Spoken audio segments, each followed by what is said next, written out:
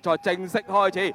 4號艇嘅稍為起步起得非常之快嘅，4號艇嘅永利啦，後面3號艇嘅菲律賓龍舟協會咧，亦都係急起直追啊！4、3兩隻艇咧就係帶住其他嘅艇咧向呢一個400位嘅排位啊係進發嘅。咁啊暫時嚟講見到仍然係4號艇嘅永利帶住3號艇嘅菲律賓龍舟協會，咁啊後面亦步亦趨見到5號艇嘅金沙中國，咁啊仲有咧一隻係2號艇嘅澳娛綜合蓮花，亦都不慢啦。咁啊前4位咧分別就係菲律賓龍舟協會同埋呢個澳娛綜合蓮花永利同埋金沙中國，去到中轉站嘅位置，交翻俾中轉站同事。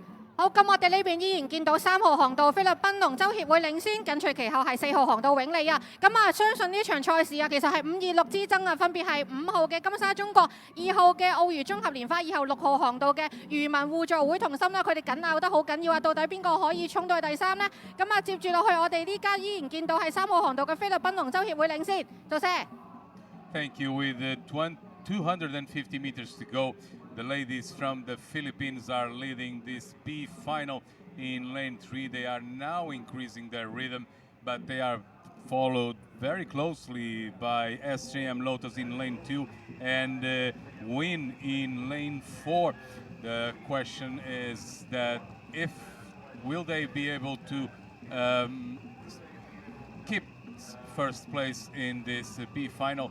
It seems like they have what it takes to keep the first place in lane 3. The ladies from the Philippines, they have just missed out on the grand final though, so they will certainly want to, at the very least, win this B final in lane 3. Penny. Thank you。好啦，咁啊見到咧3號航道嘅菲律賓龍舟協會咧，咁啊向住呢個終點進發㗎啦。咁啊緊隨其後咧係2號航道嘅澳娛綜合蓮花同埋佢4號航道嘅永利啊，兩支咧一直咬住3號航道嘅菲律賓龍舟協會咧，一直咬住佢唔放。咁佢咧去到衝線嘅位置，咁啊應該係3號航道嘅菲律賓龍舟協會咧係攞到呢場場次嘅第1名。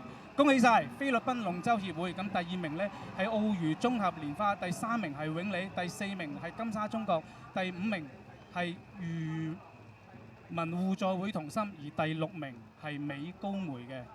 哇！好刺激啊！呢場賽事咁啊，見到咧3支隊伍啊，包括咧係2、3、4航道啊，呢個澳娛綜合蓮花啦、菲律賓龍舟協會啦，同埋呢個永利啊，3隊啊去到最尾嘅階段咧，爭持得非常之激烈啦。咁啊，最後咧3號航道嘅菲律賓龍舟協會咧，以大概半隻艇嘅位置咧，以攞到呢場位置嘅第1名，而澳娛綜合蓮花咧係第2，永利係第3嘅。